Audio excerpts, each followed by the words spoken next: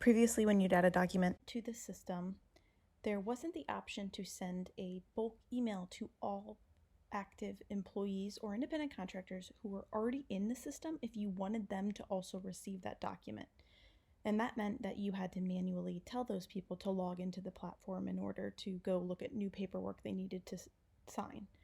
Now we do have the ability, when you add a new document, to send out that mass email when you do want to send out that mass email. So let's go through that process of what it looks like to add a document and send out notifications to other users in the system. Right now I'm on the Documents tab. In this case, I'm going to add a static document, so not a document that needs to be filled out. So I'm going to go ahead and hit Add Document. I'm going to choose that file.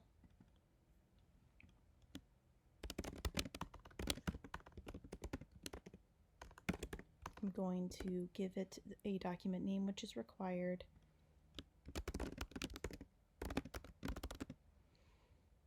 Going to give it a description, which can help people later. They could always open that back up and see it, but a description helps. And then this is where I can select who it's typically for. So there's employees, contractors, or both, if sometimes either or are signing it. Now remember, when you go to invite the worker individually, you can always decide if you want to even send this to them, but this is just one classification of how you want the document to be potentially viewable by those folks. In this case, remember too, this is going to go out to all those current active employees in the system if you want it to. So let's recap some of the visibility here. Visible during onboarding, this first one is not usually selected, and it's not usually what people will choose because that's where your signature's not required.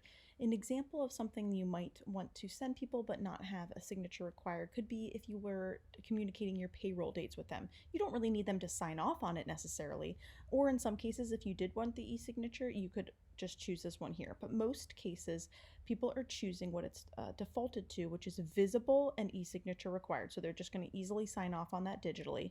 And there's a description right there if you forget what that visibility means. And here we're getting to the notifications, the mass notifications we wanted to talk about with this video.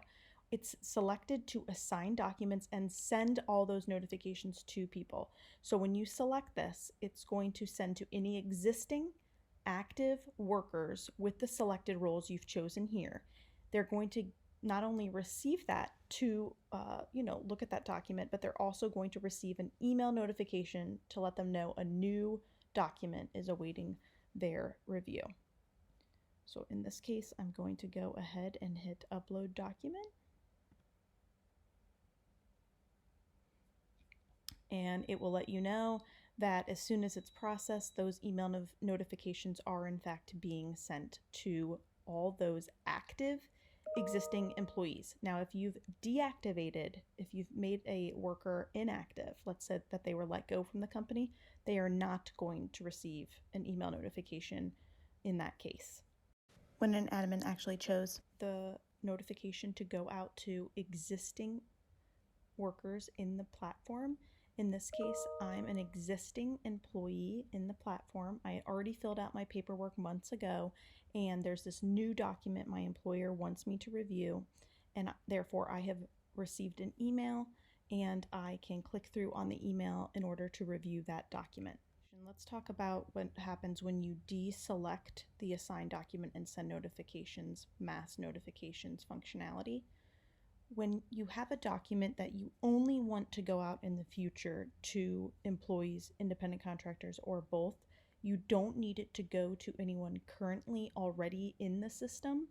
In those cases, you can deselect this and it will not go to any current existing active workers in the system, and it will not email them either.